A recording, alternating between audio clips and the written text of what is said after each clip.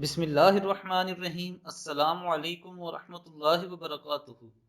رسول اللہ صلی اللہ علیہ وآلہ وسلم نے فرمایا کہ ایسا بھی ہوتا ہے کہ کسی آدمی کے ماں باپ کا یا دونوں میں سے کسی کا انتقال ہو جاتا ہے اور اولاد زندگی میں ان کی نافرمان اور ان کی رضامندی سے محروم ہوتی ہے، لیکن یہی اولاد ان کے انتقال کے بعد سچے دل سے ان کے لیے اللہ تعالیٰ سے خیر و رحمت کی دعا اور مغفرت و بخشش کی استدعا کرتی رہتی ہے اور اس طرح اپنے قصور کی تلافی کرنا چاہتی ہے، تو اللہ تعالیٰ اس نافرمان اولاد کو فرما بردار قرار دے دیتے ہیں، پھر وہ ماں باپ کی نافرمانی کے وبال اور عذاب سے بچ جاتی ہے۔